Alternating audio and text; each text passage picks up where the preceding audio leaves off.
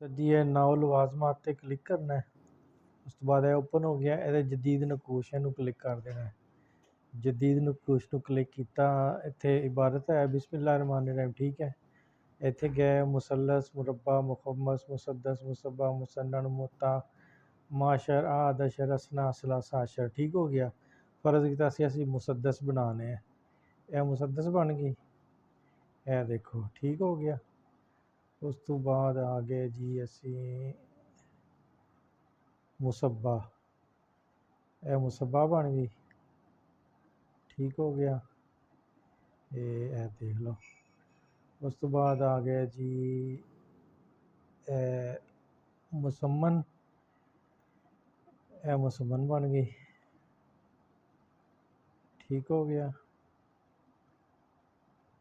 उस तो बाद आ गया जी 9 वाली यह 9 वाली बन गई ठीक हो गया।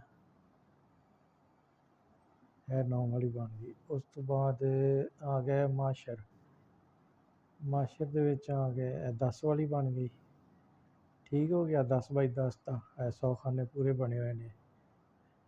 अच्छा उस तो बाद आ गया जी 11 वाला आहद अशर ठीक हो गया जी। 11 वाली बन गई यह देखो 11 बाई 11 का बन गया ठीक हो गया। उस तो बाद आ गया जी 12 वाली चेक करो 12 बाई 12 का बना हुआ ठीक हो गया। उस तो बाद आ गई जी 13 वाली माशाअल्लाह। लो जी 13 वाली बन गई 163 वाला है ठीक हो गया।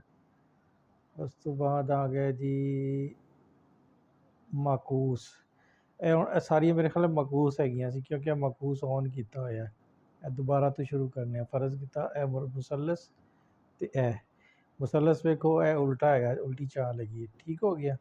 उस तो बाद मकूस को ऑफ कर देना यह वेखो सीधी चाल हो गई ठीक हो गया। इस तो बाद आ गया मुरब्बा यह मुरब्बा दी आ गई यह मुरब्बा दी हैगी है मकूस चाल नहीं ऐ सीधी चाल है। उस तो बाद यह मकूस उल्टी चाल हो गई ठीक हो गया। फिर आ गया असी मुखम्मस ते मुखम्मस की यह चाल हो गई यह उल्टी चाल हैगी क्योंकि मकूस ऑन है इनू ऑफ कर दिता तो एक इधरों स्टार्ट हो गया है ठीक हो गया। उस तो बाद आ गया जी चाल दिखाने वाला बटन की है यह चाल गायब हो गई यह चाल शो हो गई है समझ गया। यह मकूस है अगर उल्टा बनाना है तो मकूस को ऑन कर लो तो उल्टा बन जाएगा ऑफ कर दो तो सीधा बन जाएगा। उस तो बाद यह सारिया ही यह काम करता मकूस वाला बटन ना यह देख लो सारिया तो यह बड़ा ज़बरदस्त काम हो गया जी। उस तो बाद अबजद शमसी है अबजद शमसी अबजद कमरी यह दो अबजदा तो आम हैगियां। उस तो बाद अबजद शमसी माकूस यानी कि इन हो जाएगा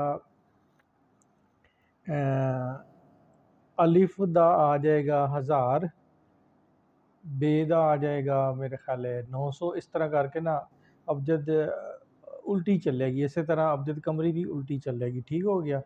उस तो बाद ਤੁਸੀਂ ਆਪਣੀ ਮਰਜ਼ੀ ਨਾਲ ਨਾ ਅਬਜਦ ਦੇ ਵਿੱਚ ਤਬਦੀਲੀ ਵੀ ਕਰ ਸਕਦੇ ਹੋ। ਇਹ ਅਬਜਦਾਂ ਹਨ ਨਾ ਸਾਰੀਆਂ ਦਿੱਤੀਆਂ ਹੋਈਆਂ ਨੇ ਤੇ ਇਹਦੇ ਵਿੱਚ ਤਬਦੀਲੀ ਵੀ ਤੁਸੀਂ ਕਰ ਸਕਦੇ ਹੋ ਸ਼ਮਸੀ ਕਮਰੀ ਮਕੂਸ ਠੀਕ ਹੈ।